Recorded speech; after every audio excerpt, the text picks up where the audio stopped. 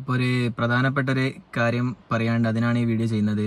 എന്താണെന്ന് വെച്ചാൽ നമുക്കറിയാം, ഇപ്പോൾ പലസ്തീന് ഇസ്രായേൽ യുദ്ധമൊക്കെ നമുക്കറിയാം. അപ്പോൾ മറിച്ച് ഇതൊരു ഹെയ്റ്റ് സ്പീച്ച് അല്ല, മറിച്ചൊരു അവയർനെസ് വീഡിയോ ആണ്.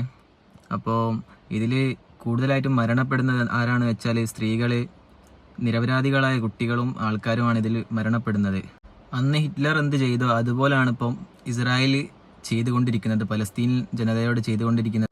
അപ്പോൾ ഇതിൽ നമുക്ക് എന്ത് ചെയ്യാൻ പറ്റുമെന്ന് ചോദിച്ചാൽ, നമുക്ക് ചെയ്യാൻ പറ്റുന്നത് എന്താണെന്ന് വെച്ചാൽ അവരുടെ പ്രൊഡക്റ്റ് പരമാവധി യൂസ് ചെയ്യാതിരിക്കുക എന്നതാണ് നമുക്ക് ചെയ്യാൻ പറ്റുന്ന കാര്യം.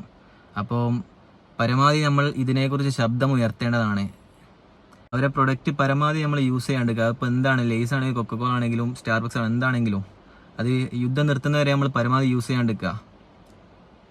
എത്ര കുട്ടികളാണ് ഇതിൽ മരണപ്പെടുന്നത് നമുക്ക്